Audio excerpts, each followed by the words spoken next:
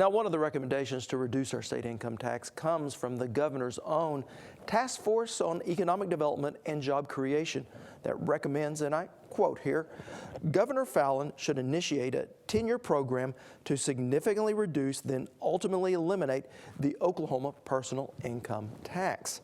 But another well-respected group of state leaders says we may want to think twice.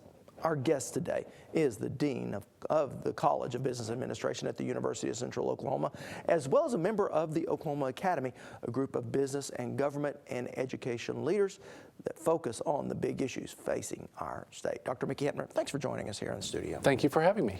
You know, I want to start off with that while you may disagree on the state income tax, there's several areas that these two groups do agree on. Absolutely. In fact, of the 13 recommendations made by the governor's task force, there was general agreement on 12 of the 13, including items like the need to enhance Oklahoma's image, the need to improve our rail system so we can get our products to manufacturers and to consumers, the need to have a capital fund where we can invest and provide funding for startup businesses, the need to fully fund the closing fund, and the need to improve Oklahoma's education and workforce systems. Now, there seems to be quite the drumbeat going on down at the state capitol to reduce our state income tax. Why the reluctance on the part of the state academy? The main problem that economists and the economic research shows with eliminating the income tax is that how do you replace the lost revenues? Because one of the things that within the Oklahoma Academy that we recognize is the importance of government services to help an economy grow. We have to have those government services to provide the education, the health care, the roads, and even the prisons that we need to make our streets safe. All of those things help enhance the quality of life and improve the state's economic development. And so when you cut the income tax, how do you replace the funding to provide those needed government services? And that's really the main source of concern that that people at the Oklahoma Academy Town Hall had whenever we discussed the idea of eliminating the state's income tax. Does it essentially come down to, when you're talking about state services, you get what you pay for?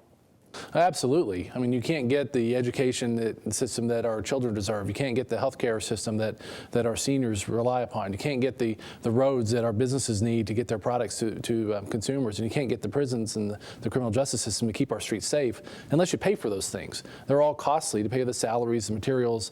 And so if we want those government services, if we value those government services, if we think those are truly important, then we have to be willing to pay for them too. Yeah, and it almost is the argument that you have to invest to gain.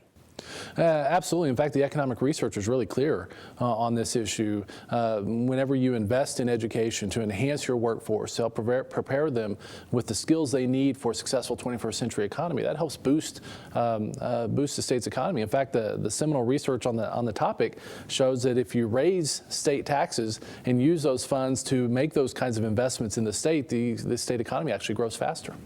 Now, many of the state lawmakers that favor reducing or completely eliminating the state income tax say by doing so, we will spur economic growth.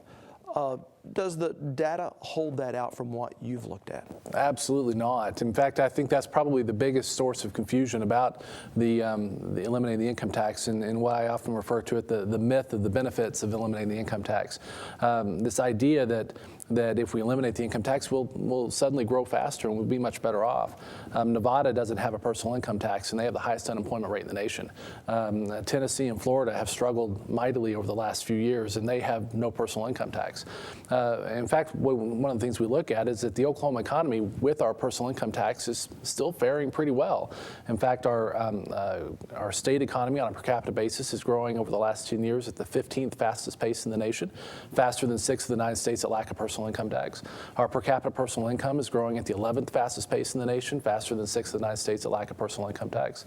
And our median household income is growing at the 4th fastest pace in the nation, faster than all 9 states that lack a personal income tax. And for some reason in Oklahoma, we have this strong desire to always beat Texas and to compare ourselves to Texas and want to do better than them in a lot of things. And some of this drive to eliminate the income taxes is for us to try to be more like Texas and adopt a Texas system so we can grow like they are. But the data shows that we're actually beating Texas. In all 3 of those metrics that I mentioned to you, we are far outpacing Texas right now. And so it's certainly not true that Texas is faring better than we are. It's certainly not true that us being more like them would make us better off, because in all of those cases, we are actually outperforming Texas. And so the question I ask is, instead of us trying to be more like Texas, maybe Texas should be looking to be more like us. Now, this almost sounds like that this is just the continuance of the ongoing academic debate about supply-side economics, that by lessening the tax burden on the top, the money trickles down.